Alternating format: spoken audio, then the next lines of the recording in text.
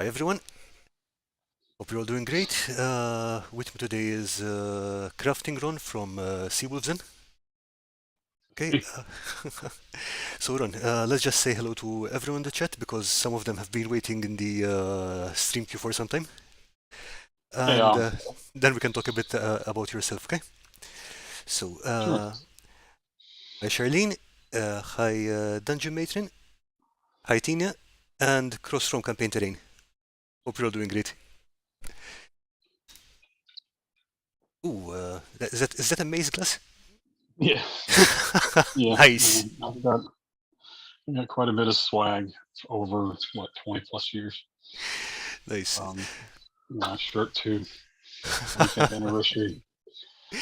So Ron, Um, Uh, thank you so very much for joining us, first of all, because I know you're currently busy preparing for yeah, the convention. yeah, this is our weekend. So, how about you start by telling us a bit about yourself, like how you started playing and how you got into crafting? Yeah, my story for gaming kind of starts like everybody else. I went through the satanic panic with my Ooh, parents who are Southern Baptists, but that only drove me to want to do it more. So I snuck behind their back and I ended up playing some D&D, but I also got into Star Frontiers and being a fan of Star Trek, Star Wars, Battlestar Galactica, all that stuff from the 80s. Um, I was more into the sci-fi. I liked Conan. I liked um, others, fantasy, Lord of the Rings, um, but they just seemed kind of redundant to me and same kind of stories over and over again. And I just they didn't tickle my fancy. So I was more into the sci-fi stuff. I would play D&D every once in a while, but I was more into the Star Frontiers that came out around that time. I did that for years. Um, then I jumped into college in North Carolina at UNC Charlotte and helped start a sci-fi and fantasy fan club ooh, that basically turned into more gaming than anything else. Um, and that's still around today and actually has its own scholarship. So it it's been around now since '89. So you do the math, 30 some years, and they still play a lot of games. They do a lot of fun. They have a lot of fun, and it's just. And I stop by there every once in a while, kind of like the old guy that nice. shows up to play some games. But I'm on the board uh, for the scholarship. Um, When you say that's just sorry, when you say scholarship in that context, what do you mean? How does that work? um, well, they have well, we had a lot of people involved when I was there, and one of those guys, you'll find that there's a theme throughout a lot of revolves around people dying. Um, my friend John was one of my close friends, and he passed away in 2012 with a sudden heart attack.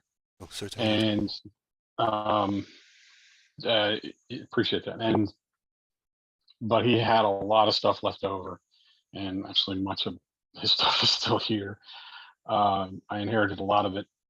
But he had a house, and his sister sold it, and I just made a suggestion to invest some of that money into a scholarship at UNC Charlotte, which is the local university, and make a scholarship out of it uh, to go to this science fiction club. So every year it gets invested, and so always ends up getting at least $1,000 in investments. If more we put more into it, it will grow. And they've been doing fundraisers to make it grow. So I at see. this point, any member of that club will get $1,000 towards their towards their education. Yeah, I So think it's we give it out once a year. it's a lovely memorial. Yeah. So outside of that, I mean, that's where I kind of got my start in conventions. Really, was at that club because some folks had already experience with conventions, and my first convention was something called Magnum Opus Con in Greenville, Was it the first? I think it was, yeah. And it was neat. Smaller convention, mostly sci-fi. There was some gaming or sci-fi and fantasy and all that. I got into the fandom stuff quick because it was easy, and um, slowly grew back into gaming as time went on at conventions. But and then I went to Dragon Con that same year, and that was the second Dragon Con ever, which is Dragon Con's like the East Coast version of Comic Con, San Diego Comic Con. It is now huge, but I got to see it in its infancy, and it was still huge at the time. Yeah, I mean the Um, numbers you see for these years are just they just blow my mind. yeah, and it was fun, and I got to go off and on for several years, and it was fun. It just got too big for me, and I got my family grew, and it was just kind of difficult to pay all that money for 5 people. So um, Dragon Con was fun, and I just started getting into more and more conventions, small and big. Started running games, just being a game master, and eventually they saw, because I was actually coordinating game masters from this club at UNC Charlotte and putting together schedules of all these just the guys at the club, and then handing them the schedule of what we'll do. They said, "Well, you should do this for the whole convention." I said, "Okay." Um, so Mace came to me first, and it was only 3 years into its growth. Okay. I'd already been to Mace. I started going to Mace in '97, which was the first year, and then I just was a game master for the first 3 years. But Jeff needed a coordinator, so he asked me, and we did it. In the same year, another convention asked me to do it too, called StellarCon, and they needed a gamer or a game coordinator. And so I had 2 conventions at the time that allowed me to really kind of hone my organizing skills back and forth. Now, StellarCon was a fandom convention that gave me a lot less space, but it was also in the same space as Mace. So it was really easy. It was just real simple. And we did that for probably about 6 years. And then I got involved in another convention called Con Carolinas. I was one of the founding members for that one and did gaming for that. So then I started doing 3 a year. There was a point where I did 5. Whoa. And then it's kind of trickled down. Con Carolinas has moved on beyond what I mean. I just didn't want. I quit StellarCon. It was just too much, and then Con Carolinas got too much. And because Mace was just so easy, and because it was between me and Jeff, I stuck around along with Jeff, and it was a blast for a long time. Unfortunately, that has come to an end as well as of this year. Jeff passed away in February of liver cancer, and so I am putting one final Mace together in November. We're calling it in the back. Jeff Con. Where's the camera? Okay. Yeah, you got it. The final Mace, and we're doing a big tribute to him.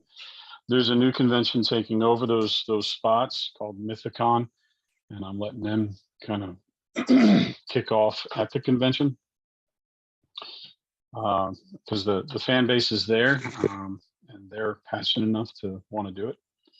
I'll help them out for a few years, and hopefully we'll get off the ground. But this is it for Mace. 26 years is how long this has been going. So I think that's a good run. And Yeah, I mean it is definitely. I mean 26 years is a really yeah, long run. But hopefully Mythicon will keep carrying the torch forward. I think so. So the crafting stuff kind of, I don't know, just came out of nowhere. I didn't know it was a thing, and I created this one craft, which somewhere around here. it's just terrain thing that I had stuff left over, and I'm like, I could throw this away or I could do something with it. I think that's really what that's really what kind of starts the journey for everybody. Is I could throw this away or I could do something with it. And so I started doing something with it, and there was some mistakes made, and it still looks pretty good, but it's on cardboard, and you know what cardboard does? It tends to warp up, um, and that's lessons learned. But then I started doing it, and then I started looking around for stuff on YouTube for just simple stuff. And I found DM Scotty. I found Wylock. I was like, holy moly, there's a whole thing, So I started joining, and I started seeing stuff that people were doing, and I was like, well, I could do that. Probably couldn't do it as good, but I could do it. So yeah, it just was like a domino effect after that. It's just, and that was just me. That was, I didn't even make that connection to Mace until Jeff did. And Jeff, unbeknownst to me, was also getting into terrain creation. Well, he was watching the videos. He just never really could do it himself, but he watched his friends do it. He was just not talented. He didn't think he was talented enough, but I guarantee he could have done it. And he started talking about, DM Scotty and all this stuff. So, yeah, I know he is. We started, BSing back and forth about it. And one of the conventions we did, Mace expanded off into little mini or little other brother or sister conventions. Yeah. One of them called Mace West, which we had in Asheville, which is west of us, Asheville, North Carolina. Come to find out, and we totally unbeknownst to us, and we had done this settlers tournament, and out of nowhere comes DM Scotty's daughter, Okay. who is head pastry chef at the Biltmore in Asheville. So I had no idea. And I knew that DM Scotty lived in Ohio, but I didn't know anything about his family. And it turns out she comes in wearing a DM Scotty shirt, and Jeff's like, "Hey, you know DM Scotty?" She goes, "As a matter of fact, that's my dad." So Jeff's like, "Well, we got to get your dad down here. That'd be awesome." So Jeff does what Jeff did, and that's just wheel and deal. He knew how to talk people and connect with people and make things happen. Me, I just did the operations and engineering side of things. And before I knew it, I was like, wait, you're getting DM Scotty to come. Yeah, and I might be able to get others too. And man, before you knew it, it was the entire Crafters Guild coming down. We even one year had, oh geez, what's his name? The guy from Australia. Geez, got it. DMG info. Garrett. Got it. Yeah. Yeah, he's gonna kill me. He literally flew into California or Seattle or somewhere, and drove across the United States to Charlotte, North Carolina. That sounds like to it come might to our have convention. taken a while. It did, and he had a blast doing it. All right. He's like, if I'm coming to the United States, I'm going to make it worth it. And he did it all. And we also got Jeremy. Mhm. I remembered his name. Jeremy, Black Magic Craft. He came down from Canada, Vancouver. That one year we had them all, and they all came, and it was awesome. They were just, it was 2017 or 18, one or the other. And Wylock loved it so much, he's come back every year. Great guy, Bill. Yeah, he's And all of them were. DM Scotty, because his daughter's down here in the Carolinas, he'll come anytime. Brings his dad now. I call his dad the crafter of the crafter king. It's a running joke. So his dad's there, and he's has a lot of fun. I didn't know he played, but Apparently does. Nice. His wife is awesome, Susan. Uh, so he brings the whole family, makes it a family affair. Um, and we have tabletop terrain engineer, Hmm. James. He's down in Atlanta. He comes up. He's helping us out this year with the crafting at Jeff Con. And we're doing a crafting challenge and then a bunch of painting challenges all weekend just to have and I'm in the crafting challenge. Um, and this what they do is they give you a random miniature. You don't know what it looks like until you open it up, and then you've got to base the entire terrain on it. Um, Last year we did it, and Jeff had Christmas themed miniatures. Um, and these miniatures were literally fantasy miniatures. Like I got Santa Claus, but Santa Claus has a big bastard sword, As he does, yeah. just ready to with a pack on his back, and he's ready to smack something. And I was like, okay, what is he ready to smack? And that's what led down my road, and it was kind of a takeoff of the Grinch. Grinch story. I have that terrain's up there too. Um, What blows my mind about that particular crafting challenge is that you don't have a lot of time to work in. I mean, compared to when you can spread out your work over a week or 2 weeks. It's like even the drying time is like, Oh no! Oh yeah, I learned that quick. I mean, I that's the first time I was in it was last year, and I wasn't real uh, clean. Let's just say I was really messy. I was like, it was the brown was pooling in one little spot. I'm like, that's never gonna dry. So I'm putting sand on it and trying to get it, and then I actually snuck out.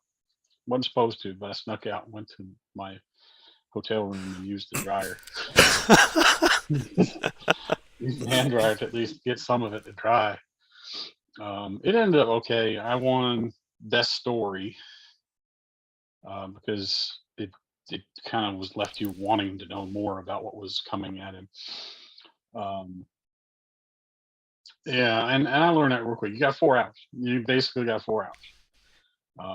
You got pretty much all the tools you need, uh, but you got to be quick and you got to figure out. Like I was trying to create a cave,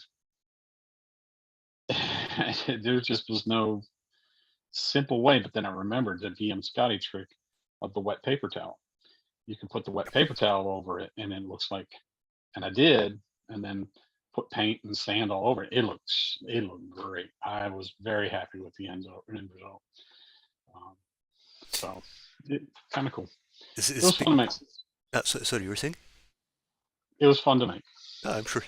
Is speed building something you do normally, or do you prefer a more quiet pace when you're working? Um, I'm not very patient at all, but um, if it's something that matters to me, Hmm.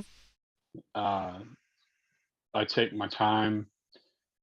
Uh, I force myself. It drives me crazy, but I force myself to. It was this.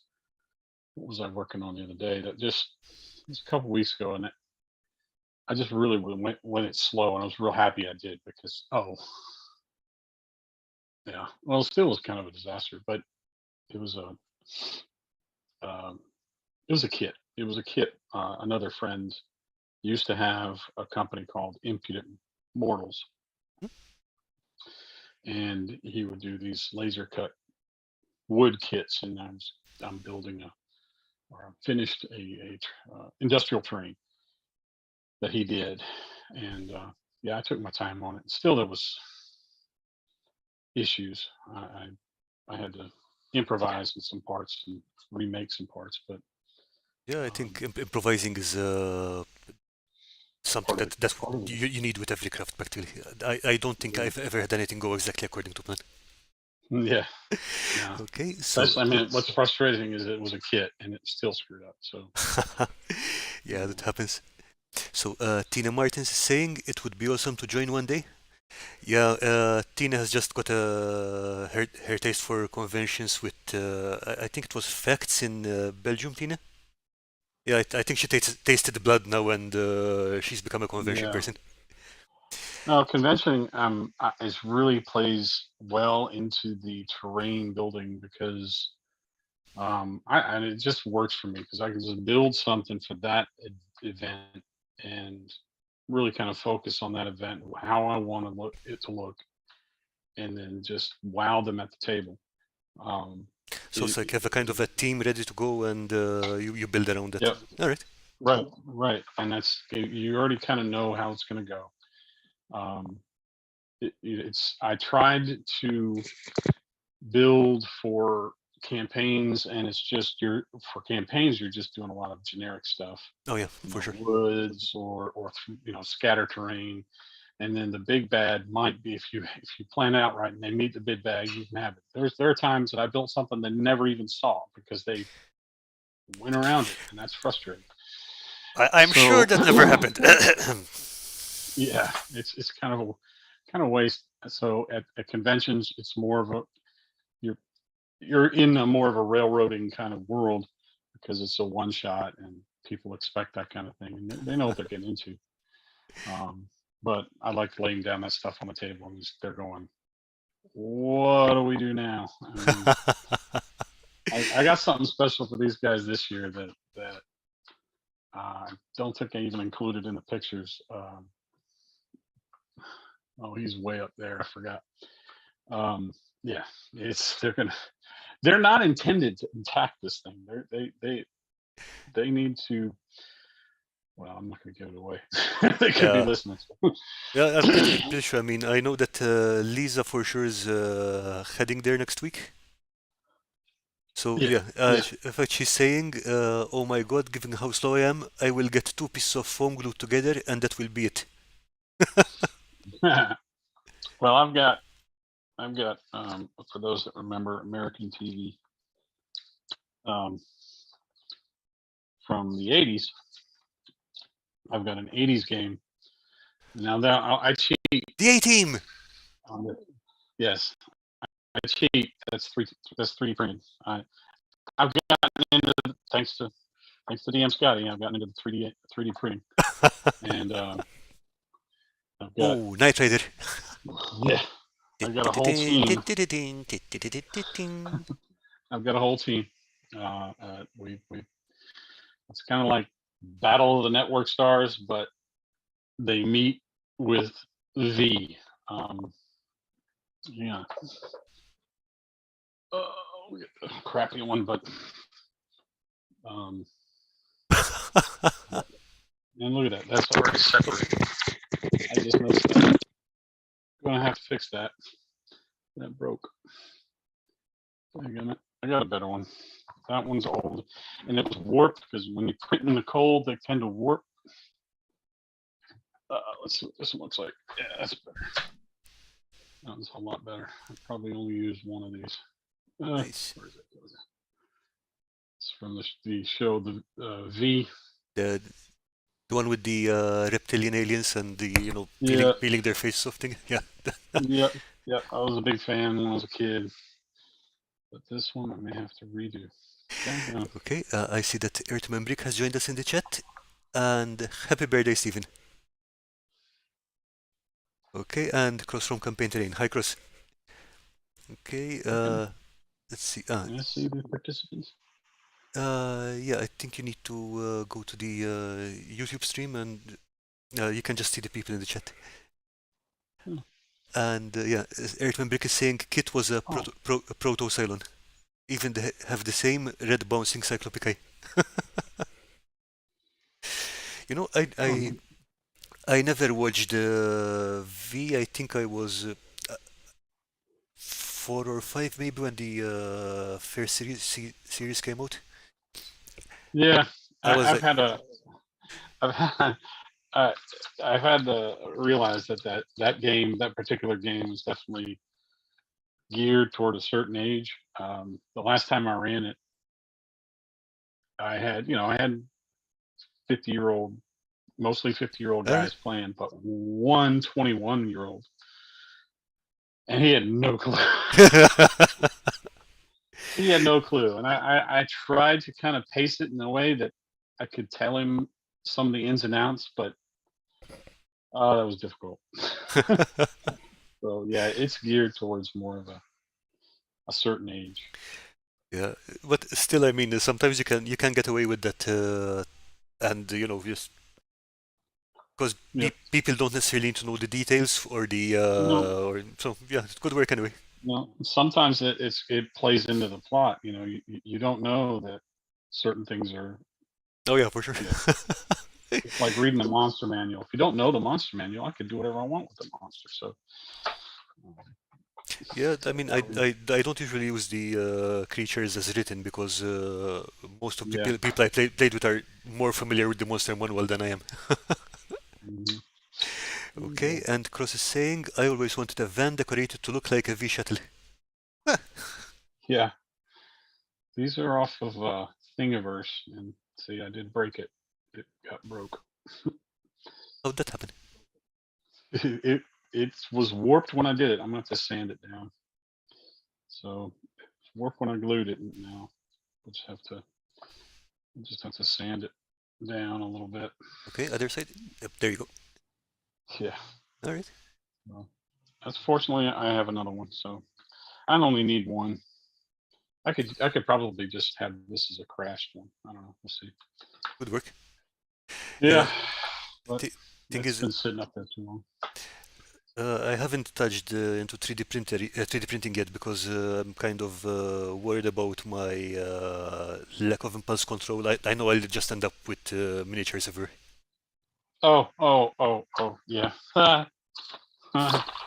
Yeah, I have boxes full of that right here. You remember Krull? Crawl? You remember the movie? I The don't movie think so. No, Krull? I don't think so. All right, you Oh guys. wait, Kral, the one with the glaive Yeah. and yeah, okay, yeah. Yes. I found a 3D print of the bad guys, the Slayers. I think I went overboard. I think I got like 30 of them, and before I even really thought I'd have anything to do with them, I was going to work them into the '80s shows or '80s games somehow. But yeah, miniatures are a big thing, but I'm doing um, mostly vehicles. I mean, I've got this truck it's out of scale. Getting it to scale is a pain. Really? Yeah. What is that? Well, I mean, you don't know, this is from a video game, well, Wolfenstein, and you don't really know the length of it, and so you're just kind of guessing. It's a half track, so you use the half track, and then the scaling online is just I I can't get you. keep up with it. So it's I finally got it. I've done the van right. The van is correct. The 18 van. And Okay. after three prints, the kit is right. So Okay. uh, Dungeon Matron is asking, does anyone remember Arc 2? I have no oh idea yeah, what it is. Arc Two is it was mostly on Sunday mornings for me, but it was it uses a similar look. It was a vehicle on Earth, post apocalyptic, like a bad virus wiped everybody out, and not everybody, but a lot of folks out, and civilization collapsed, and uh, everybody didn't wear a mask or something. Anyway, uh, just kidding. Uh, and so there was these groups of scientists and a monkey that drove around in this elongated van with a lab in it, looking for the cure, I think. And they had a little rocket pack that the guy flew in. Um, That sounds like the most 80s thing ever. This is the most very 80s, and Especially the monkey. uh, Yeah.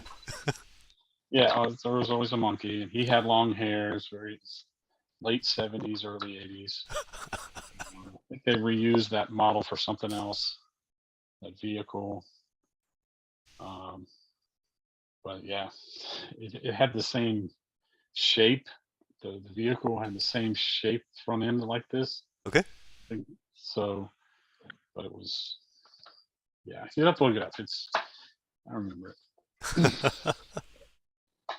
Classic stuff.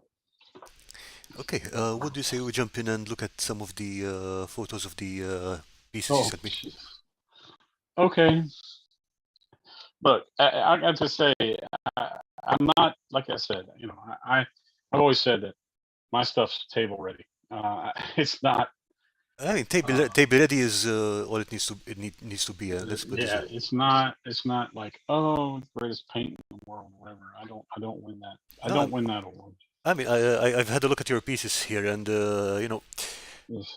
they're not something that I want to just put on a shelf and stare at for hours. It's just because if they're in front of me, I will want to play with them. Hmm.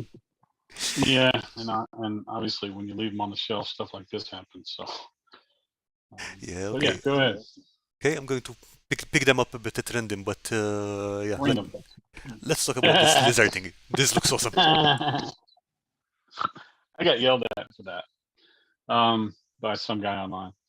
I found that at Walmart for it's a what do you call it? A dewback from Star Wars, Okay. and it's and it was in clearance, so I got it for like 10% off the price.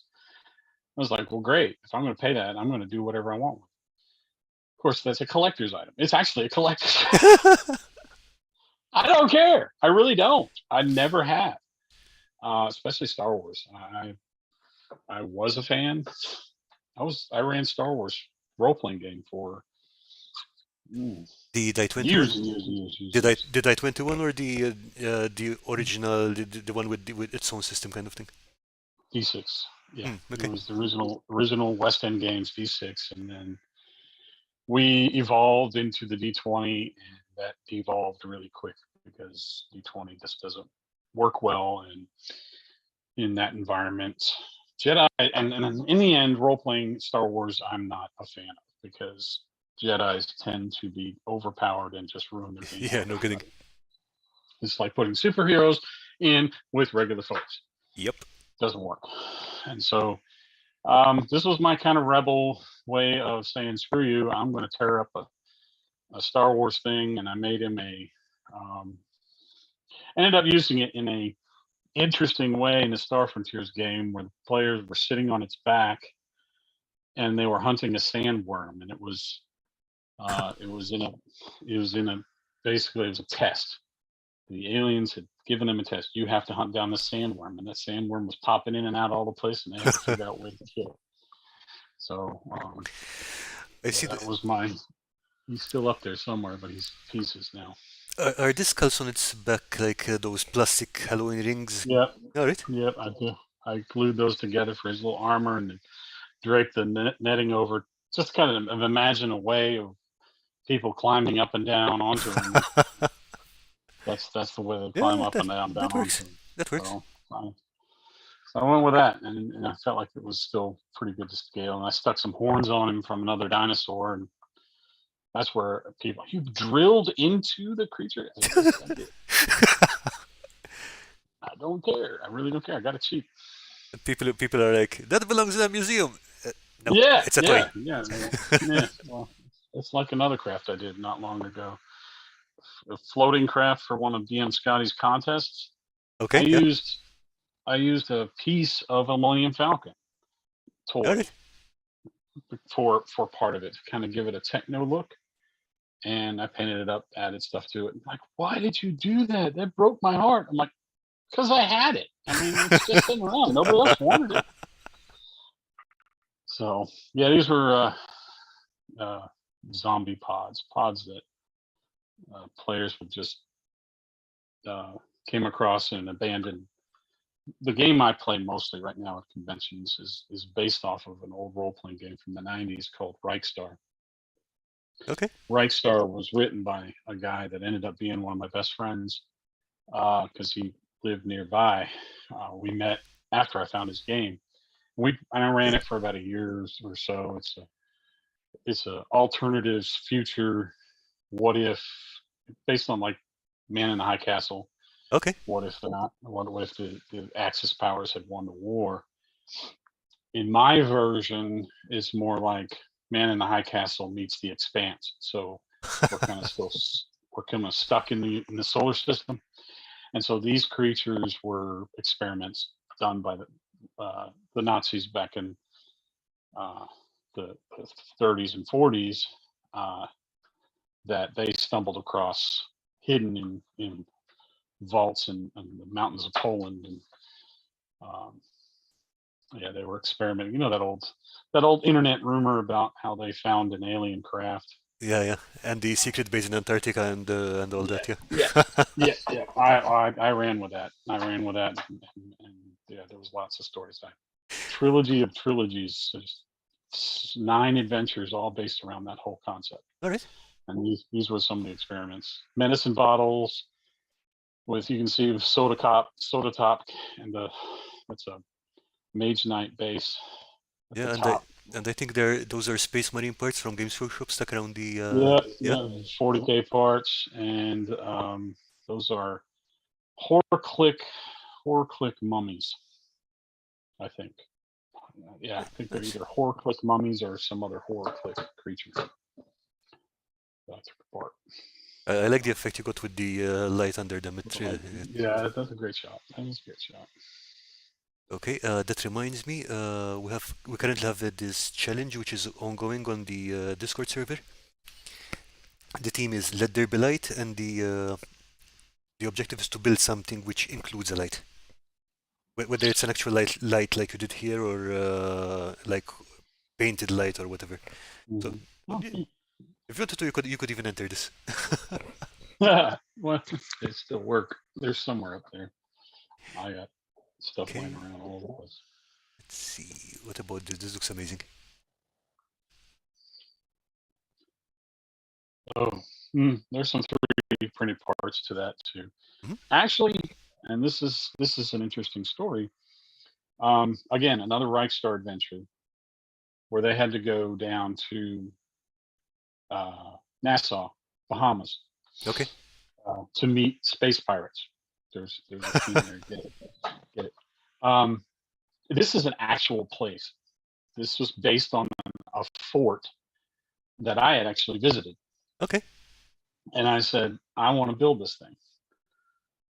So I went to Google Maps, and they let you measure it and get all the information out of it, and that was kind of neat.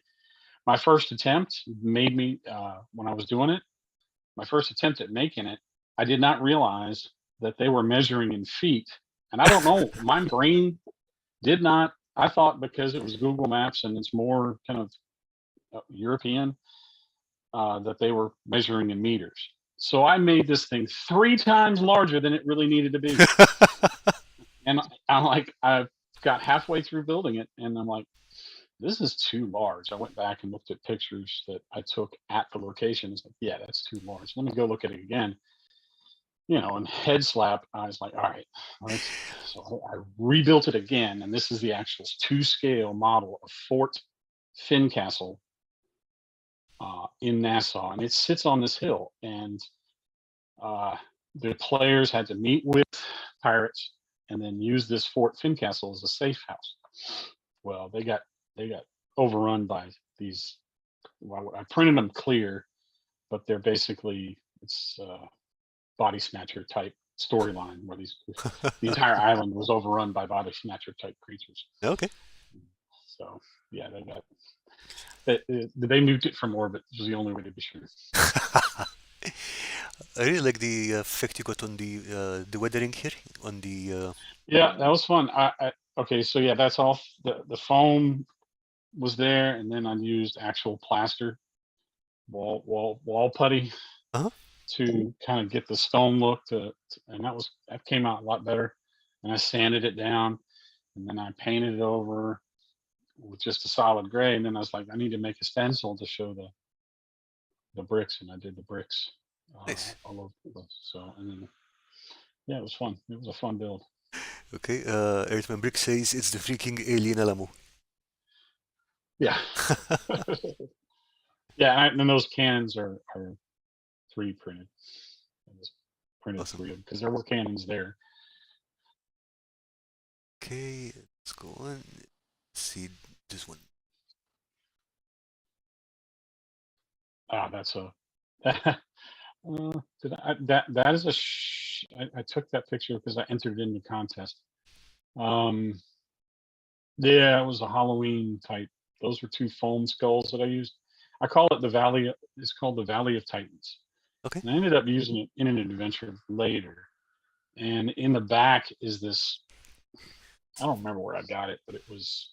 It's. I got. You can see the wires, and you can press it, and the lights come on, and it looks like a gate behind that idol. It Okay. looks. I like the effect. It was kind of neat. I have a video. I was going to send you the video, but it's just too big. So I ended up. They had to get there, and it was protected by a monster, and they had to beat the monster, and then figure out how to turn on the gate, and then jump through the gate to get to the other location. So that big circular thing, and that between the pillars, that's the gate, and then there's others. That piece, the piece that's in the very back, that's kind of like the archway. That's a toy toy bow that my son had. Seriously? Yeah, that he just threw away, and I was like, well, if I break off these pieces, that looks like something. Again, what can I do? And then these other pillars are pieces from old printers that I used at work. They were like printer rolls that I Okay. just that I put stuck woodies on them and stuff like that, and made them look like pillars. And of course, the skulls are old Halloween skulls. Yeah, but it's amazing how sometimes you just see something and the shape just talks to you, like for example Yep, that yep, piece of bow and whatever. yep. One of those things. It's definitely one of those things. And then the statue in the middle is a dollar store Oscar. Seriously? Oscars. It's yeah. My daughter got an Oscar when she was really young um, for some silly party they did, and so she was going to throw it away. I was like, no, no, no, no. Do something with that. I cut off the head, put a skull on it, put some wings. I think those are 40K wings on the back, and it's holding a sword that was just perfect the size. I have that guy. Hold on, let me go get him. I have him. Okay. Please. Okay, so just a reminder for everyone watching, if you want to drop any stuff into the community showcase for us to look at later, you can find the link for the Discord in the description. Oh man. So he's got this sword from 40K that was just perfect size, and 40K wings, and then I used the DM Scotty style sponge with Look at that was the all that, stone texture kind of thing, yeah? get the stone texture. Yeah, Nice. that was all DM Scotty I style, and that was table ready.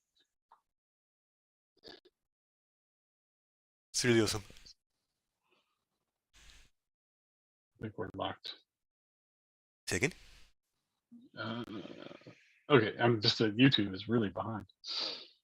Yeah, there's a kind of Real lag. a lag on the video. It's okay. Okay. All right, next. Okay, next. Let's... Oh no. I have a feeling He was fun to make. hot glue was involved somehow. Oh, this was yeah, there's a lot of hot glue there. There's also clay. And the top parts are all what were they? They were miniatures from either Horror Clicks or something else. Okay. Yeah, I think I can see a miniature hands at least and something here. Yes, yeah, it's Alright. on a blob, and so I stuck all them together, and so the one of the experiments that the Nazis were doing with the crash site, they obtained some pilots. Yeah, basically they had their own Roswell back in Okay. 1936, according to some Polish witness or whatever. And so they experimented with their biology of the pilots, and they thought they had found the immortality syndrome, an ability to live forever. And of course, they did, but it mutated them badly. And this is one of the examples. Is a massive. We call him the last guard. Whoops. he was heavily mutated, absorbed everybody else in the lab, and so it's just this mound of goopy, oogie, yucky uh,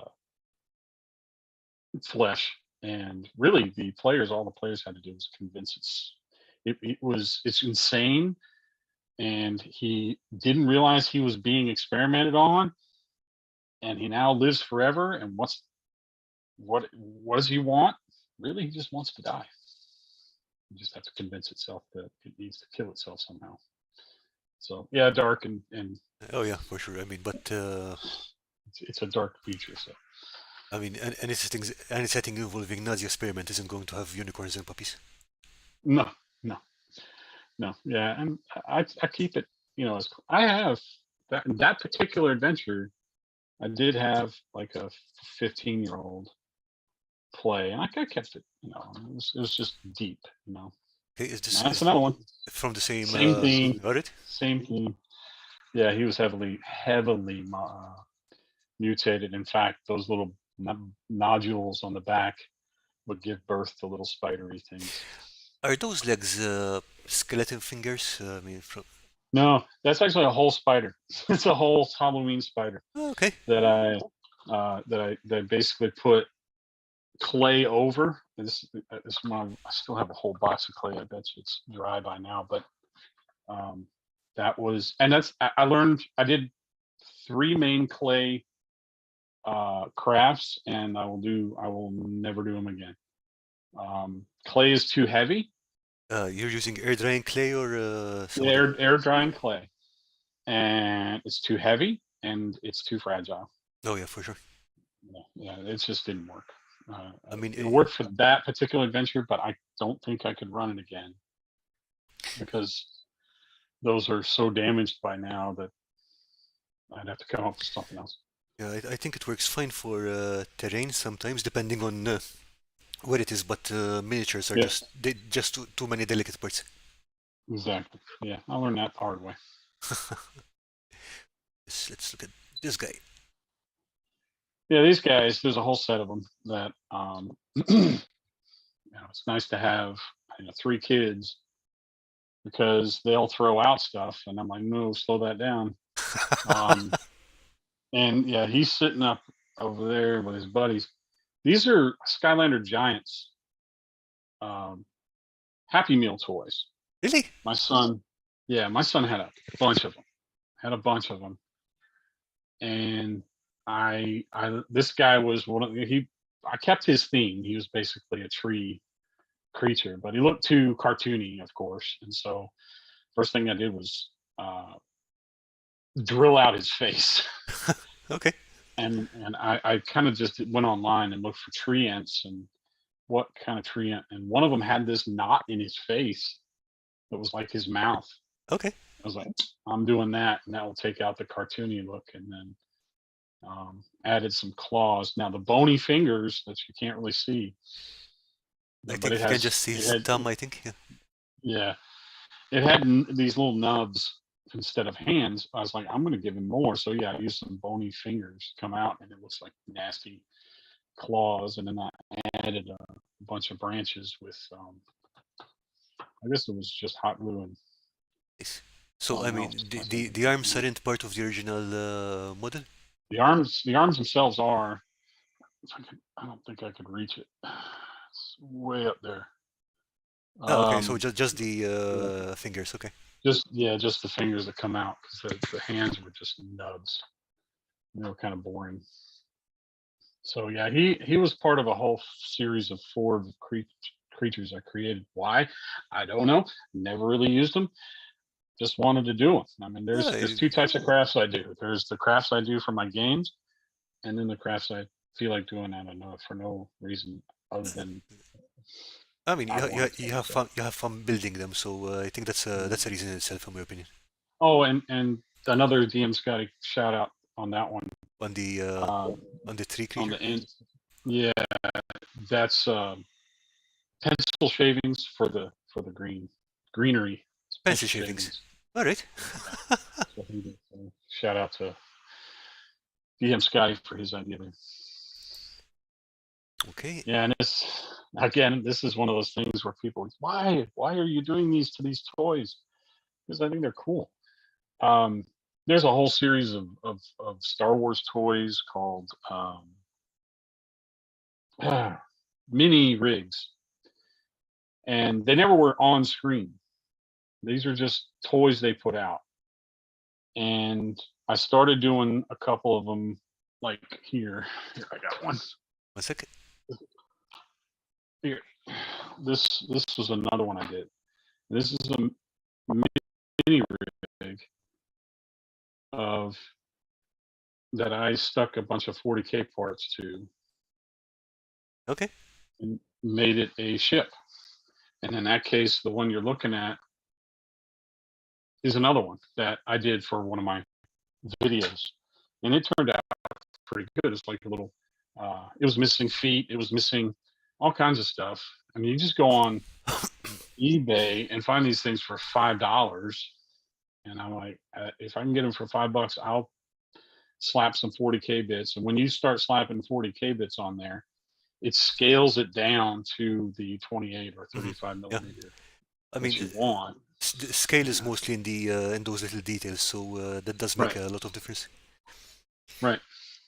Okay. So that's what I've been doing. I like doing that. Actually, my next video will more than likely be another mini rig if I Nice. can. So Okay.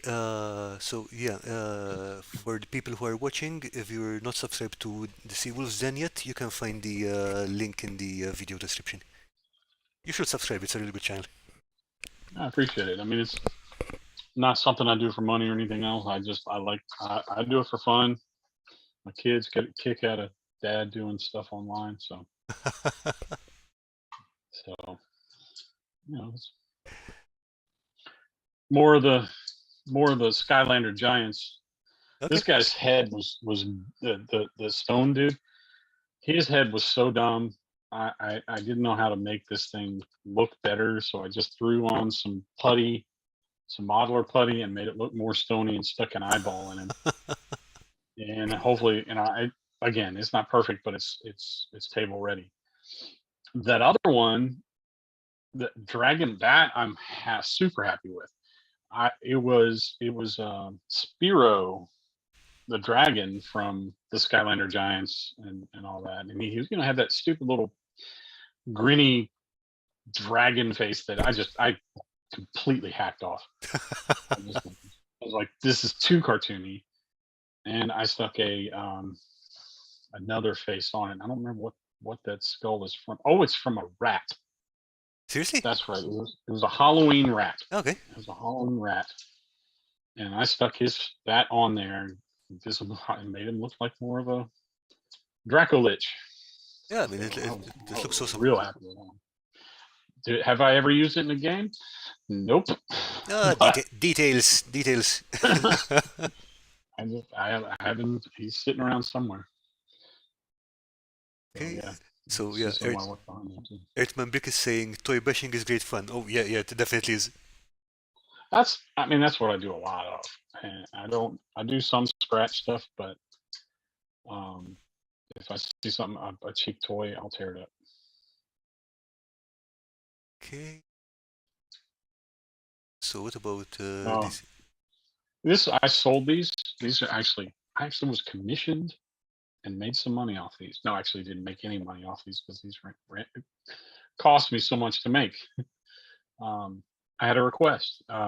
So Savage Worlds, the role playing game, uses card system for initiative. Okay.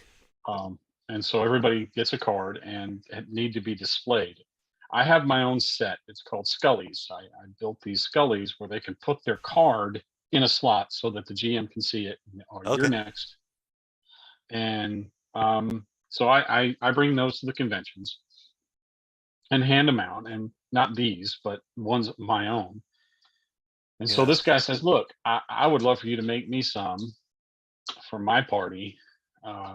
And my game is mostly in the weird world war settings where it's kind of horror meets World War Hmm? One or horror meets World War Two. And I said, okay, so you want helmets on these skulls, and will. That's what I did. So I made him 7, 2 American helmets, 2 classic German helmets, 2 Soviet helmets, and that was it. It's hard to find a Japanese helmet that would scale down enough to. I couldn't find one. So these are And 3D printed, I imagine? yeah, those are the helmets were printed, yes, and so were the dog tags. The Okay. skulls are Halloween skulls. Yeah, makes sense. And then there's like little bits like bullets and grenades on the base that I placed just to add to it. Those were also 3D printed. But Nice. yeah, he paid me $100, and he still has them. He was very happy with the result. But Oh, it yeah. took me too long. Really? Took me too long to make them, and too many times to print. So I didn't make any money off. It cost me as much to make them as it was to. Was that because of the time taken to print the helmets? Helmets, yeah, mostly because there were so many failed attempts at helmets that I see. and the time spent. And those are my originals. Those are my originals. Those None of that is 3D printed. All that is uh, bits I had laying around, plus the skulls. And I just bought. The only thing I bought was the stands, and I glued them down. And those are my original Scullies. Um, Yeah. just like, and each one's a different one. Like pirate, the one in the front is pirate. The one in the back is what do you call it, mage. I The other can see one's one with lots of alchemy. snakes around. Yeah.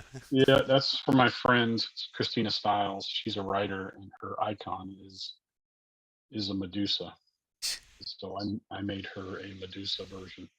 Hey, that's cool. It was fun to make. Those are fun to make, and I'm if anybody plays Savage Worlds, I'll make you some if you send me some money my way.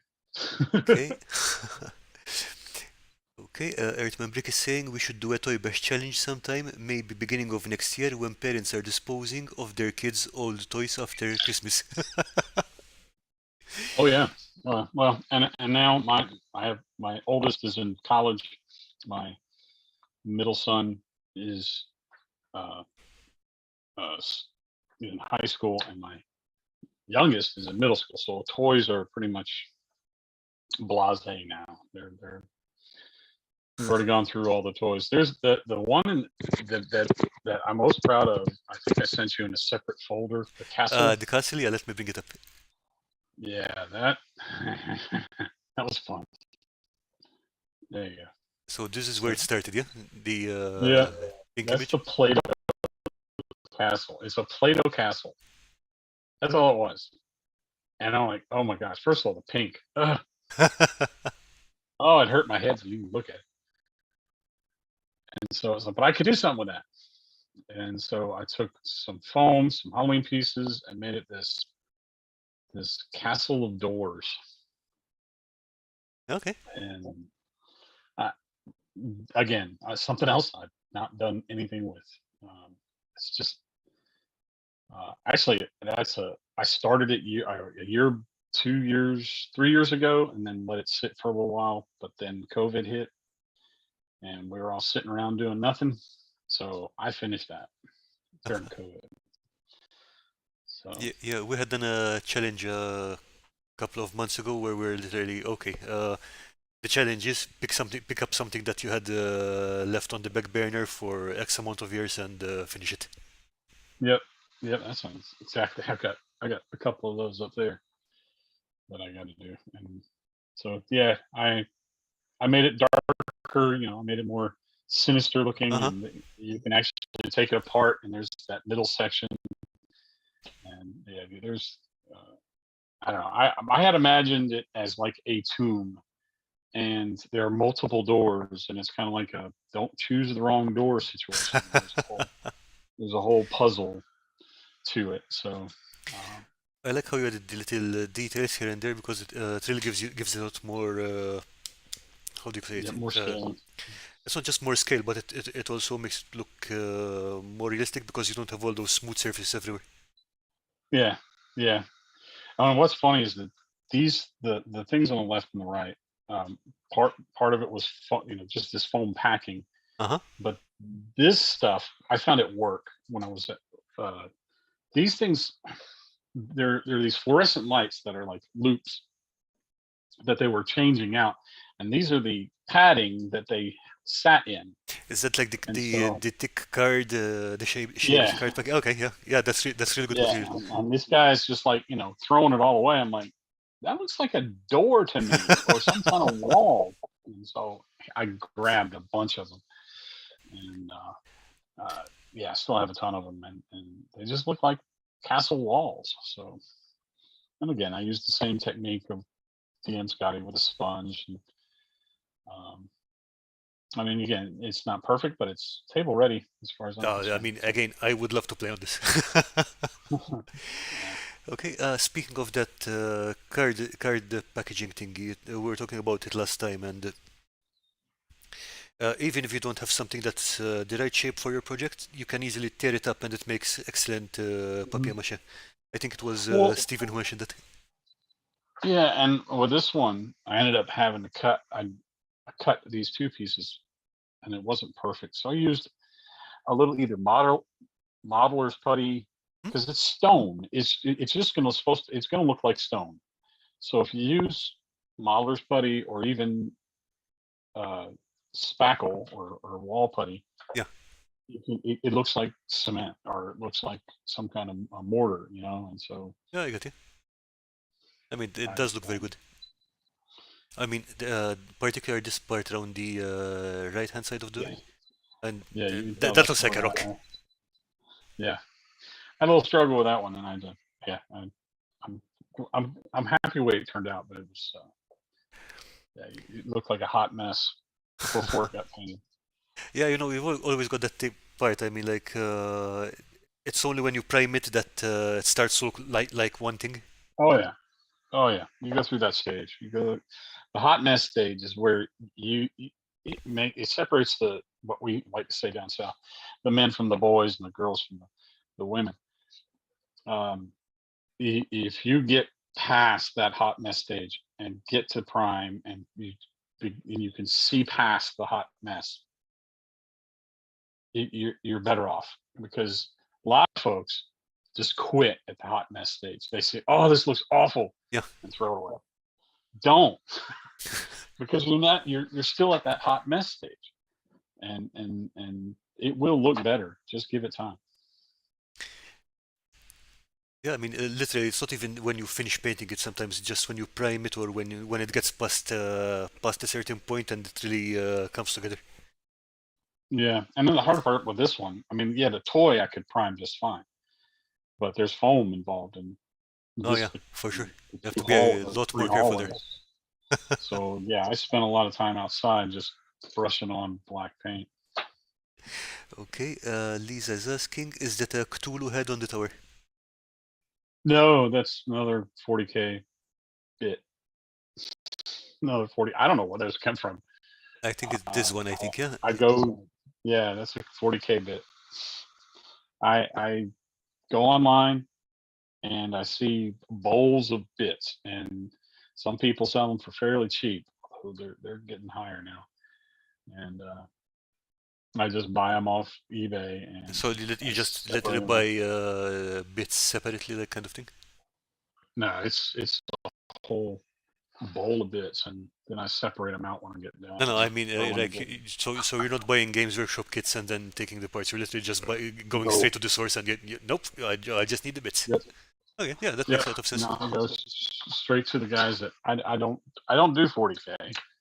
Um, so I mean, I'm just a gamer or a tabletop gamer and a role player, and so I've got whole drawers full of this stuff. Oh yeah, that's my new stuff. That's what I was talking about. I did 3 trilogies of adventures, and this is the final chapter of these trilogy of, and these are the big bads. And that's just one of them. Okay.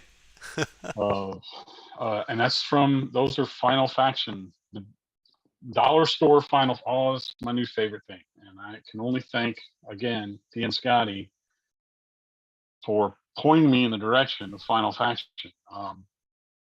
you go to the dollar store and there's these just alien creatures and their guns and then the human challenges. Now you don't have to buy the humans, although their bits are kind of cool too.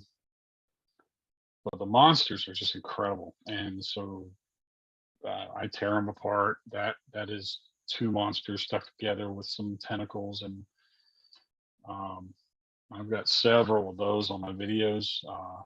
I did 4 types of monsters Okay. uh, for my adventure that I'm running at Jeff Con. I really like how you got that slimy, shiny look on all over it. That was ended up being just the it wasn't even supposed to be. I bought matte um, varnish. Uh-huh. It says matte varnish on the bottle, but that's not matte Nope, at that's all. definitely not matte. But it looks good. So Yeah, it does. I think the shine really adds to this one. yeah, yeah. I'm not upset about it, so I went with it. But on other things it doesn't look great, so I roll with it. But there's more of those like that. This one. Uh, Yeah, that's one of the spidery guys. Those are my favorite. I get so many of those because they're what are they for D&D size? I think those are not large. What's giant? Anyway, or they're just massive, and there can be so many, and you need big guns to kill them. Oh, they're awesome. I love painting them because they're just yeah, they're just spider crawler looking dudes. yeah. You just slap them on a stand, and um, yeah, they come in the dollar store kind of paints, So that craft are paints just kind not. of thing. Yeah, I mean, I mean, they when they come to you, they're ugly. I mean, they're just Ah, okay. So not a good they're thing. pre-painted and yeah, I got you. And so yeah, you just prime them up, paint them however you want, and the details on these. That's the thing, though. I'm blown away by the level of detail on Seriously? these. Yeah, the dollar store creatures. Yeah, these are just dollar store creatures, but some of the detail, not necessarily these are okay, but some of the other ones have some incredible detail that I'd like to paint up Okay, I and, think this and is one of really the make them this jump. is from the Yep, same range, I think. Yeah. yep, yep. I love this guy's detail. Yeah, He has some it is great, detailed. Yeah. um, and that's one of their mecha dudes, and so they're big. So I slapped that down on a table. The players just freak out. Oh yeah. And, but I kind of like give them a weakness, and they have to shoot for the weakness, and so. But yeah, that's another that comes out. I mean, out of the package, the paint is just so ugly. So yeah, I was real happy with that paint. And of course, that what's next to it is a scaled uh, 25 millimeter from Heroescape, okay. So it would be just for like scaling. uh, Yeah, it that's looks just for around like scaling. 25, like 8 or 9 centimeters, maybe 10. Yeah, something like that. Huh, I'd have to it's a big measure boy. it myself. I don't know. Yeah, he's a big boy. What about this one? Yep, and that's another one of the Final Faction guys. He is actually one of the main bad guy enemies called the Karn. I painted him up just straight up, and I liked the way it results, so I did like a green wash to get the insides look kind of alien, and then the Yeah, it does. fleshy. And but that's all detail from the mold. I Nice. love that. That's very good detail. It's just I mean, considering really nice. it's a toy, that's a lot of Yeah, sculpted detail. yeah, I like it. I like it a lot. And Okay, now more that one's tentacles. not.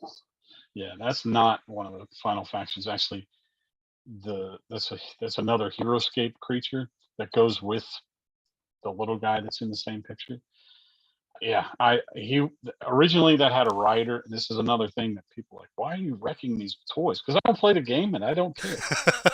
Um, he had a rider on his back, so I tore the rider off, and it looked pretty bad. So I was like, what can I do? I started do a little hot glue, and it's like, wait, I got an idea. And I started putting these wires in the back and then hot gluing them, and then turned into tentacles. And I was like, oh, so Nice. that's a fleshy mutant creature that comes out of a lab that freaks everybody out. For some reason, it's giving me kind of vibe like Krang from Ninja Turtles, but it's not quite. It's not the same thing. No, he's they're kind of weird. They would be lucky if it was something like that. Okay. It was fun to pull on. I have a question for you here from Dungeon Matron. Ron, what primer do you use? I can't get primer or paint to stick to my final faction figures.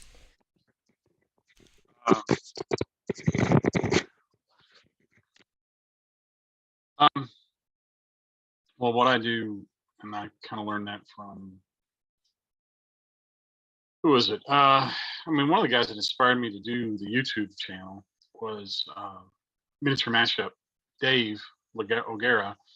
And he does a few videos, but one of the things I do is I wash the plastic first with dishwashing liquid. That's kind of important to make sure that that plastic is clean, and all the chemicals that they normally put in the plastic are off, and let it dry real good.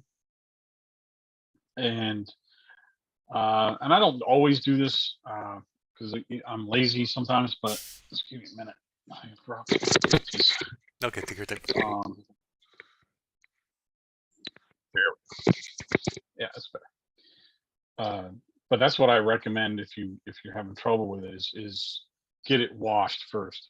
I did it with the Millennium Falcon piece because I knew that the Millennium Falcon piece smelled like smoke. It was in a house that was a smoker, and that's another layer of crap you have to get off, which is just the nicotine and all that stuff that's kind of sticking. That would ruin your paint too. So scrub it real good. Okay, got you. And then I just buy. I mean, it's not all the best.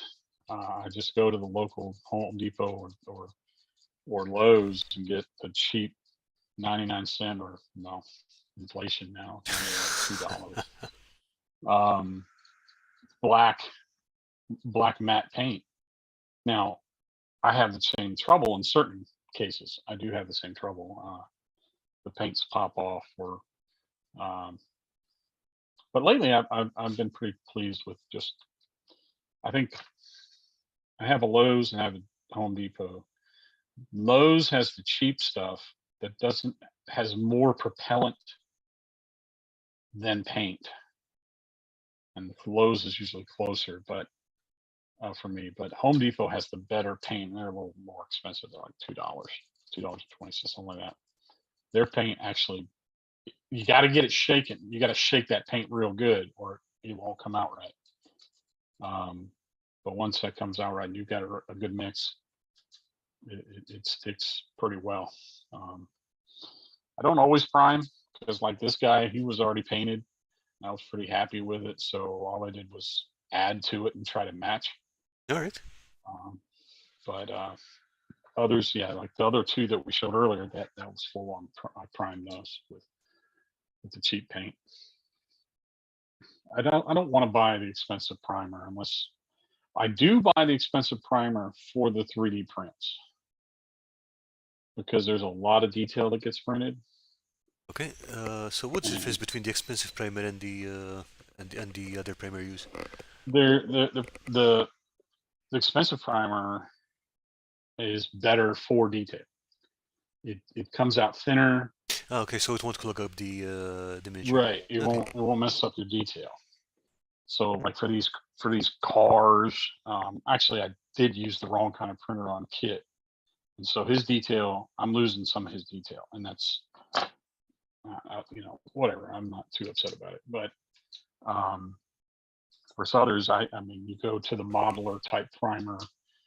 I have a couple of bottles from Amazon. I forget what brand I use, but it's because I used to do World War II models a lot. I've got several behind here, and those have a lot of detail in them because they're different, much smaller scale, and so I tend to use modelers primer for that. So it really kind of makes you make a judgment on what kind you get based on how much detail you want to pop. If it's a creature like this, I'm not overly worried about it. Or a creature like those other ones, because the detail is so ingrained in the creature, I could get it to pop, regardless of what primer I use. So, I get you. Primer, the good detail primer I've used is from Tamiya. Oh, okay. Yeah. Yeah, Yeah, Tamiya make Tamiya. modeling products, so that's and yeah, like you said, I think they do it mostly for military models.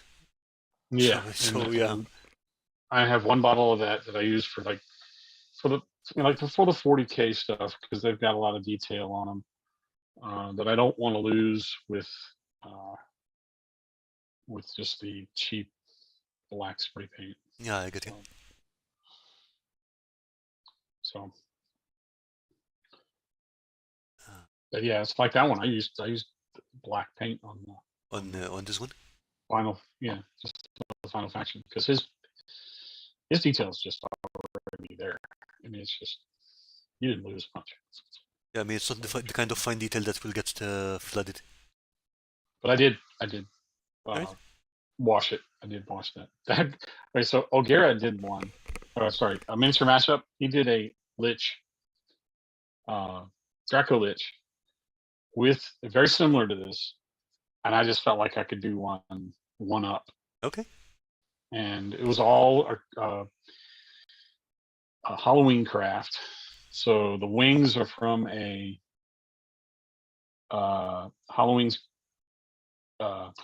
Halloween crow skeleton Okay. skeleton of a, and then the body is a dollar store T-Rex. I took his head off, and the only thing I bought that was expensive, because all the other Halloween stuff I bought, after Halloween and got it 50% off or whatever, is the skull itself. There was a whole set of skulls on Amazon, the dinosaur skulls that you could buy. I still have a bunch of those, All right.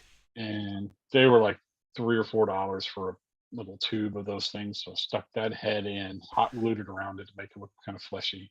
The arms are from probably that same rat. I think it's that same rat I So took the the one skull from the from the other bad Dragon guy. thing. Yeah, okay. Yeah. Yeah, and the feet are from the same crow. So, and then what I did was he did what he did for the fleshy wings. Mhm. What he did was he just did paper towels, and I thought that was okay. But what I did was I felt like I could do a little bit better. And there were these rubbery bat wings that you could buy, All right. and so I laid it across it. Used a heat gun to kind of melt them across the wings, and then so they melted across it, and I painted them up, and then I had to use hot glue to kind of get them to stay. But Okay. so they really do kind of look like a rotting wing. So So is that scale texture in the wings part of the bat wings, or did you? yeah, yeah. No, All that right. was part of the bat wings. I felt like that added to it too. So I was Oh real yeah, for happy sure. with the end result. So yeah, table ready kind of Dracolich. Again, have I used it? No, but I did it. So I felt like I Yeah. accomplished. Again, I mean, like as long as you're having fun building it, Yeah. it's like that's the whole point of it. Yep. Oh yeah. That's another Skylander giant Really? guy that. Yeah. He's the main bad guy from Skylander Giant, and actually his head, there's a little button that makes his head twist around like good guy, bad guy. I don't know what it was. I just took a skull face, cut it up, cut the skull, like cut one of these, and just took his face off and slapped it in there, and it's probably still functions, but it's got too much glue. The whole body was great. I just didn't want the face, so I stuck the skull in there, and then the wings. Wings are from Mage Knight, the old miniature game Mage Knight. Those are wings from some dragon creature that I had laying around. And then, of course, the bottom is the famed orange uh, orange juice top, Yep. Tropicana orange juice top. So Again, that's such a it is such a useful shape. it's an iconic one, and everybody uses it. But yeah, that's just another Skyliner Giant, dude. I have still a whole box of the Skyliner Giants that I don't know what to do with. I think I took those 4 because those were the easiest to do stuff with. The rest of them, Okay. I don't know. I'm willing to take suggestions. May even do a video of the Skyliner Giants. Give me an idea of what I should do with this. Okay, guys, you heard the man. I may do that. Why not? Take suggestions. I Okay. think that's So in the that mean, it. I think. Oh no, that's another. That's my most recent. That was my recent. That was the most Cthulhuoid, messed up looking dudes Yeah, I was I've gonna ever say, made. yeah. Where are they? They're still up there somewhere. I just put them away. Those are okay. So this new adventure that I'm running, and I'm gonna reveal too much, but I've got. I ran a playtest, and there were 2 minions that they had to fight, and then the big bad that they really shouldn't fight because he's too big. Okay.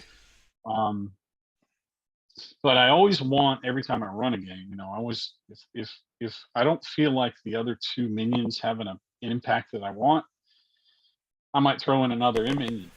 So these are my extra just in case I need to have a further wow factor. Minions. It's all Final Faction parts, except for the eyeballs. The eyeballs are some craft eyeballs I had, Okay. but they're all just kind of random Final Faction parts put together. The newest run of Final Faction had these tentacles that, oh my gosh, I think they're the coolest things in the world. Again, I mean, like I love them. you mentioned earlier that they're table. I think this is slightly better than table ready. Yeah. Well, I'm no, well, thanks. I like them. No, no, They're my favorite. they are really really good. Thanks. I appreciate it. But yeah, those are coming out. This might come out this on the table this next weekend. Ooh. We'll see. We'll see their reaction. Do I have stats for those guys? No. Details. I don't. Yeah. They're just going to be grabbing things. Tentacles are awesome. They're my favorite thing to do. Yeah, we have a kind of a thing about tentacles on this channel. Yeah. More tentacles. That's my guy. That's my guy. He's sitting over there. That was actually a monster I created for a campaign, Okay. but you can just use that anywhere. That is a start again, another toy. I don't know if anybody remembers, but during the very terrible sequel, episode 4, no, it was episode whatever, the new ones. There was a monster on board Han Solo's ship, and I have several extra ones of those. But they made a toy for it, and it was one of the worst toys ever made. And it's like this creature, they call it. It was a Star Wars creature, and it had all these tentacles. It was just this big mouth with tentacles sticking out. Somebody might remember what it is, but it ended up going. The toy was on every Walmart's clearance aisle, and so you can get them for $5. I mean, so I bought a bunch of them, and I found them on Amazon, and they were $5. So I bought a bunch more. This guy never had an eyeball, so I stuck a Halloween eyeball on top of him, and then just used. I don't know if that's clay or that's hot glue. I don't remember. I think it looks more like clay. I think, but the way I spread it. the way you got it blended in there is really good because I didn't realize that that part was added on. Yeah, here he is. Yeah, I don't remember. So it's But like sitting in a pool of water or something like that. yeah, that's basically him coming out of the water. and his tentacles can come out anywhere I want to. So I've got like 3 or 4 of those tentacles that come out, and so yeah, and he's got this big tongue that I made, and that's inspired by DM Scotty. He did this frog god thing and had this tongue sticking out, so I used his idea for that. But that's, yeah, it's another Star Wars toy. I had to really cut into the bottom of it to make it sit inside and make it look like it's coming out of the water. Yeah, and again, I think it's a fair bit more than table ready because I really like the texture on the on his body. Ah, that's what it originally looked like. There we go. I One forgot I had sec. this. Oh, okay. That's the original toy. I glued in the tentacles I got you. because, and that's why it was a bad toy, because the toy would just fall apart so easy. And then I also created with the same toy something called from Star Frontiers a Ooh, air whale. It's a floating whale, and that's so so cool. this is And that's the same one toy? of these. Yep, same toy, and then the back end is a dollar store. I think it was a killer whale, dollar store killer whale. So I stuck that together. Used no, that's all hot glue. A lot of hot glue. And it has these little nodules that I used as like a natural anti-gravity. Like gas sex or something like that? Yeah, little sacks. Those are another thing that I got from my kids. Little, I don't remember what they were called. Little toys that they. Oh yeah, and these things. This thing has an electronic in it that makes noise Okay. that I never paid any attention to. Um, but yeah, my kids did. I don't know what they call them, but they were these toys that were stored in these little clear bubbles, and It's they had all these. like the ones where you throw the you put in dime or whatever and you get a ball with a toy in it. Yeah, something like that, and they had a ton of these bubbles, and so they let me have those bubbles. I've used those a lot in craft. Those are really handy. Oh They yeah. have a little logo on, so you gotta hot glue across the logo. But I mean, you can always find a way to clean them out. But yeah, yep. I think I remember seeing that particular Star Wars toy. I think on Black Magic Craft once a few years ago. That made a kind Yeah. of portal thing, if I remember correctly. Yeah, I think it was him that inspired me.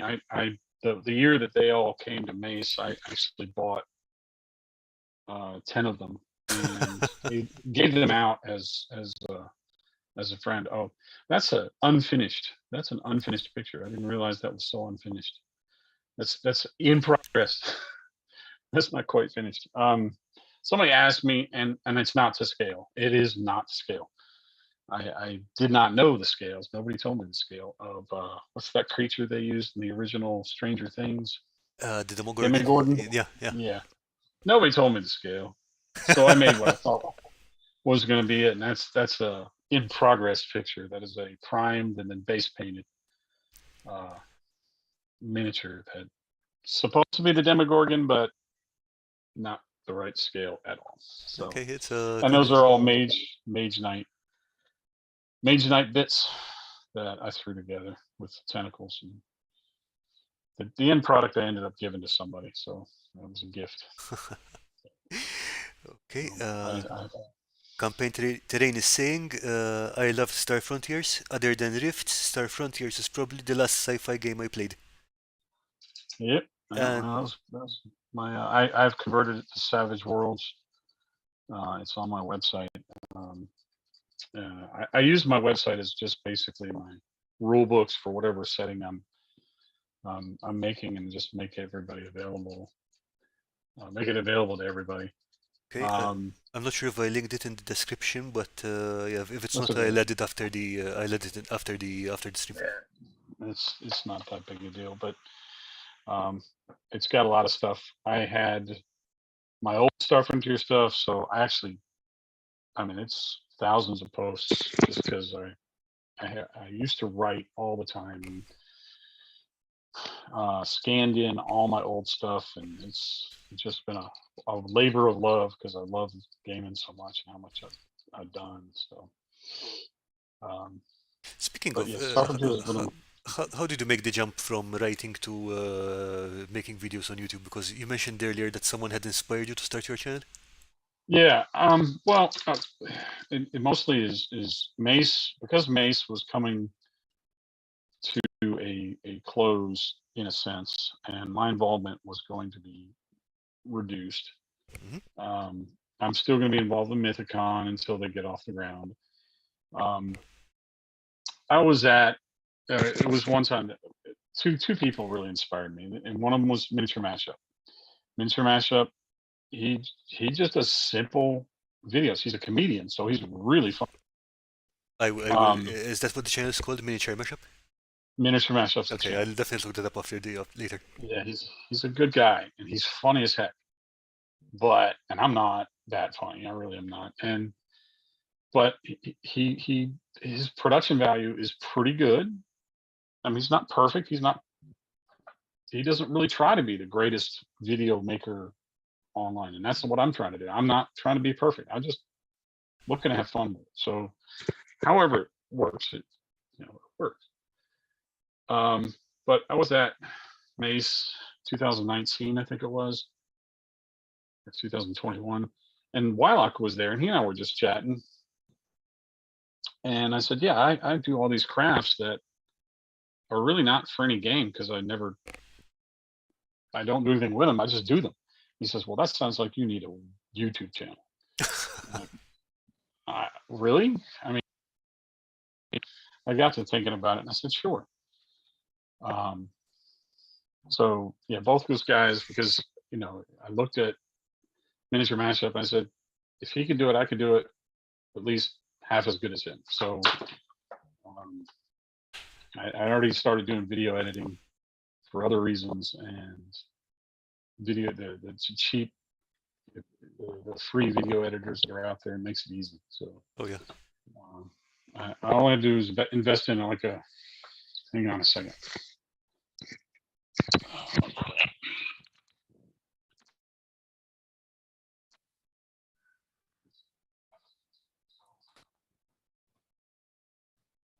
Start video editing for other reasons.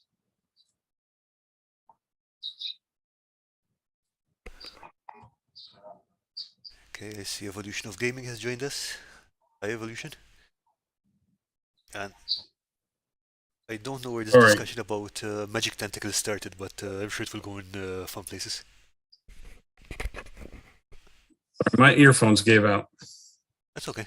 Can you still hear fine? And Yep, I can hear you. all right. Um, so that's really what got me started YouTubing, and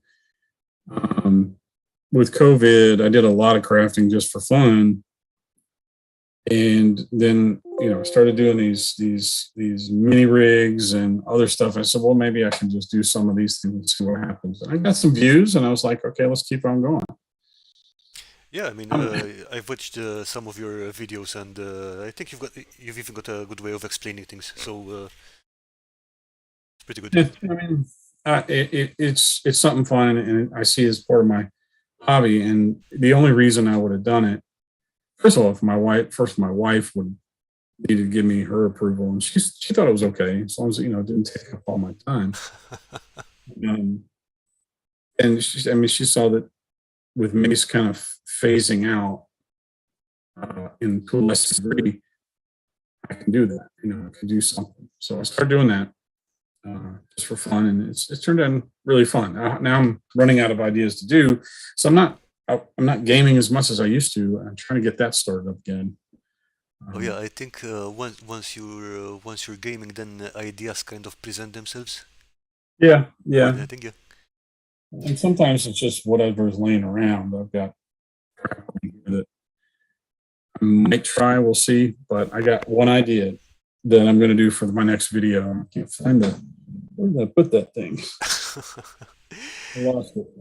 It's my next craft. So I mean, one of the things that keeps giving me on ideas is the challenges we're running for the on Discord because Oh yeah, yeah. I think we're at a point where we have a backlog of challenge ideas now, which is really nice. No, that's good. That's good. Yeah, I haven't figured out. Discord's one of those areas. I guess I'm just too Gen Xer to really have a hard time with Discord. I told Lisa that when she made her Discord, I was just like, I don't know what I'm doing on Discord. I really don't. I can't keep Yeah, up. the one thing that I can tell about Discord is if you're not careful, it's super noisy. So I had to kind of cut down. Okay, I'm going to be on these channels and nowhere else Yeah, because otherwise the mobile is just going like bing, bing, bing, bing, bing, bing, bing. yeah, I get that all the time. So I have to silence it every once in a while. We used to play this online game, the Star Trek Fleet Command, and that had a Discord for our alliance, and that got way too busy, way too. What are y'all Yeah, here. talking about? I mean, I don't know what they're talking about, but I quit playing that game because it's just, I was trying to be the free guy, not pay for anything, and of course they drive you to try to pay for stuff. And Yeah, I think you get in there. I think I moved away from that kind of game because it kind of becomes a responsibility. Some people treat it like a responsibility, which is like, nope, not happening. Yeah, yeah, it was a waste of time. It's too much money to make it worth it. Yeah. So So I think we've still got a couple of your miniatures here. that's the other. I don't remember. I mean, it's a what was it? Dreamscape? No, Dream something. Dream. There's a miniature game that had these really wacky miniatures called Dream something, Okay.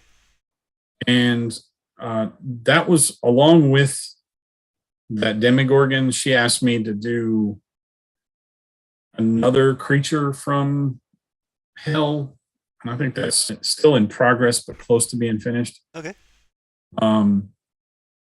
It's the body was a creature from that Dream miniature game, Dream something.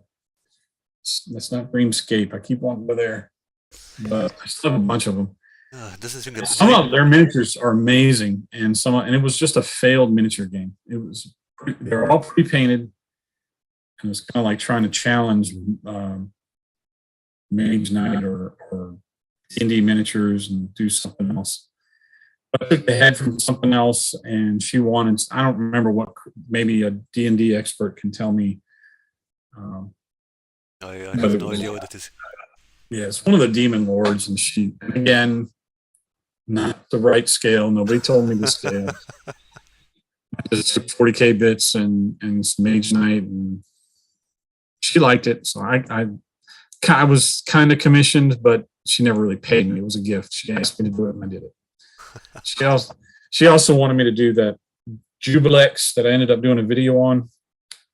Jubilex was that Lord of the Blobs, Lord of the Goo. Okay. And I ended up doing that in the right scale. I don't think I sent a picture of that. But that was fun to make. It was a lot of Hot Wheel, obviously. Okay. Hi, Cheetah. And campaign trade says, was it Dreamblade? Dreamblade.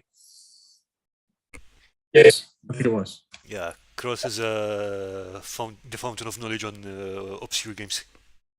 He's awesome at this. Yes, Dreamblade.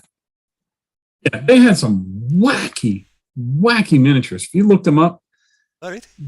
their miniatures were out of this world, and some of them were really good. Some of them I couldn't do anything with. In what sense? I mean, because they were too wacky to fit into a design, or what? Yeah, it's just too weird. It just didn't work in any game setting. They had some steampunk looking stuff. I had this one giant from there. It looked kind of like a troll. Uh-huh. It is giant, and their bases were awful too, because I think they molded them into the base, so you had to kind of Oh, God, Really I hate those. cut them out. Yeah, and I Yeah, painted this one guy. He was awesome. He ended up being and taking the paint off of those was easier because they were more of a solid resin. I got you. All right.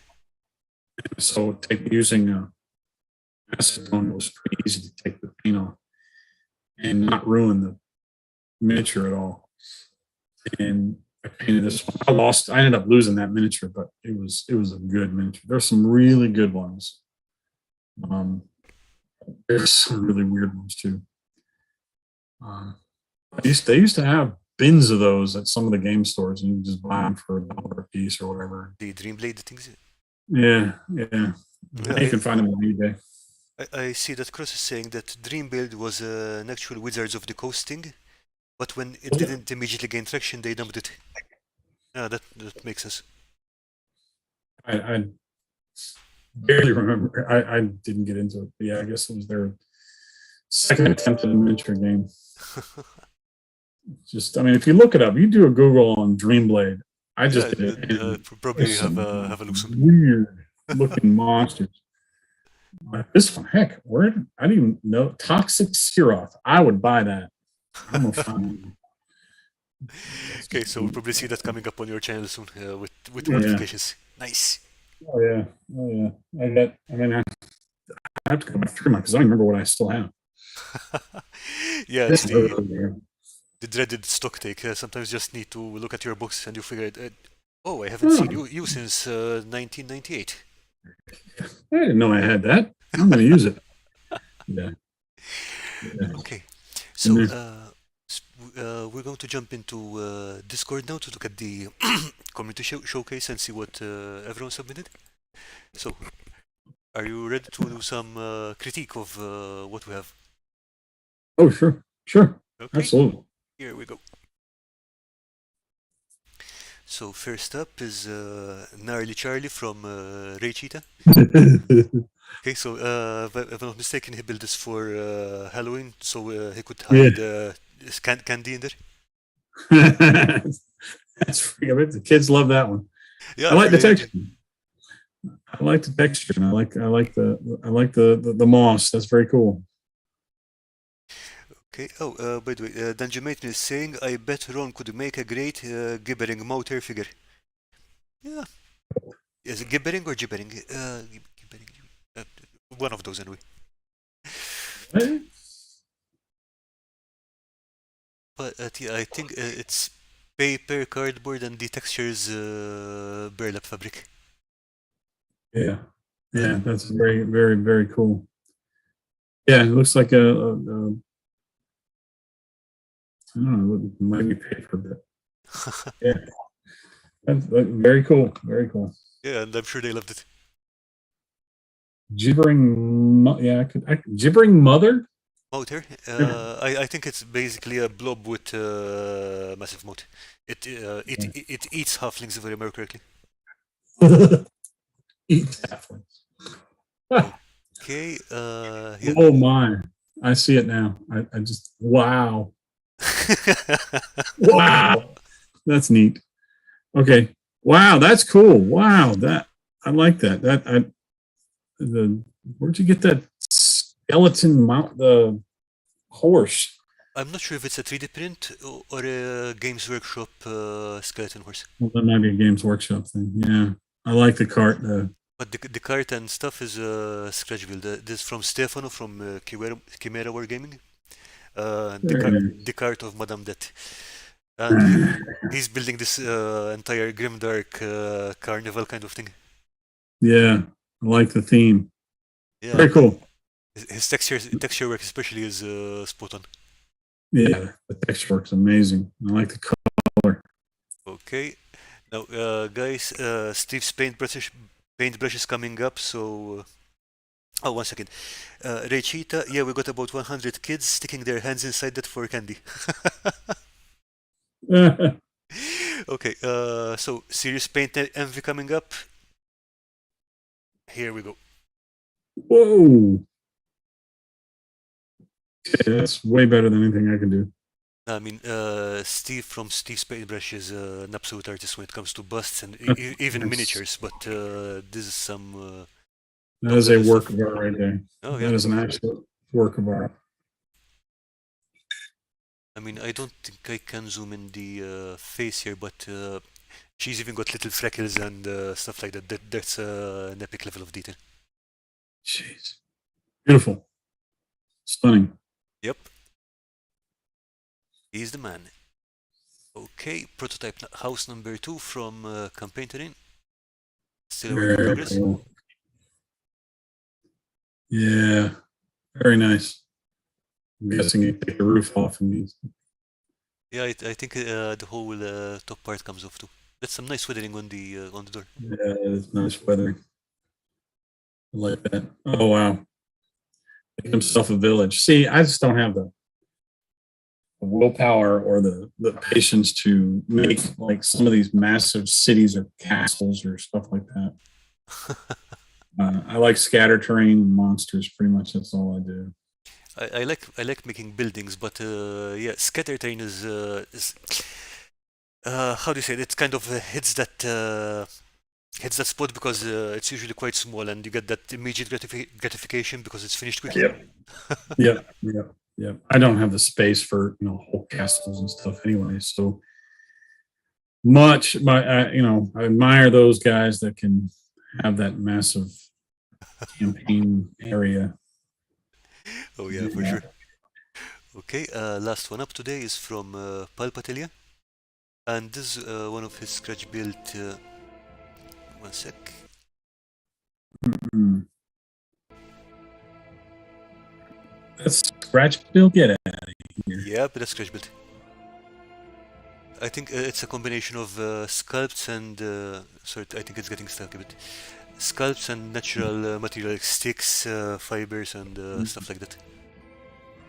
Jeez, there's a fantasy game I'm playing right now. Second, sorry. Friend's running. There's a fantasy game I'm playing in with my son. We fought something that looked just like that. Very cool looking. So it was very similar.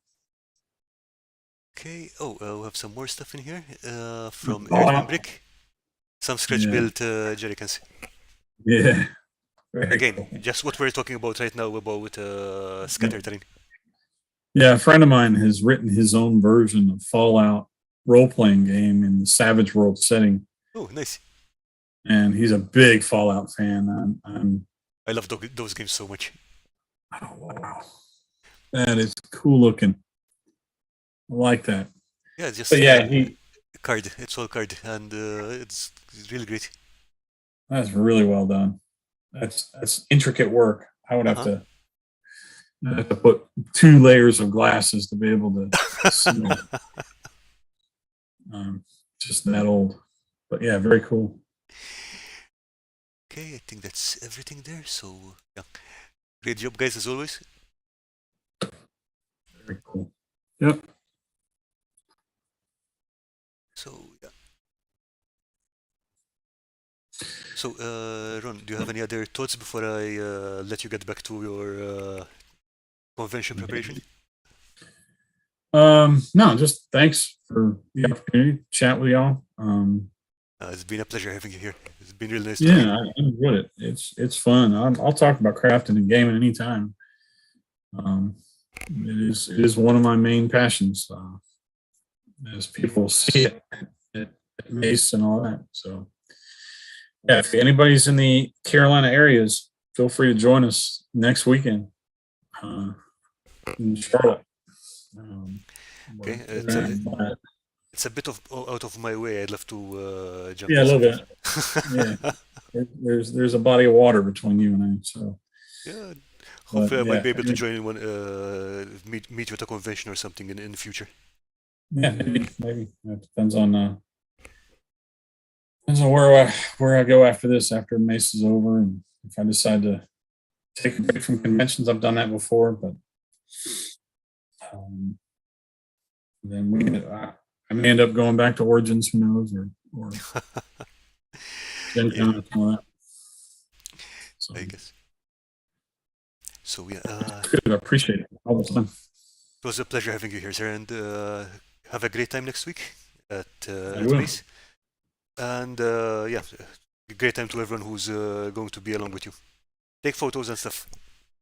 Oh, I will. We always do. Okay, so thanks again, and thanks to everyone watching us, and have a great night. Bye. Have a good day.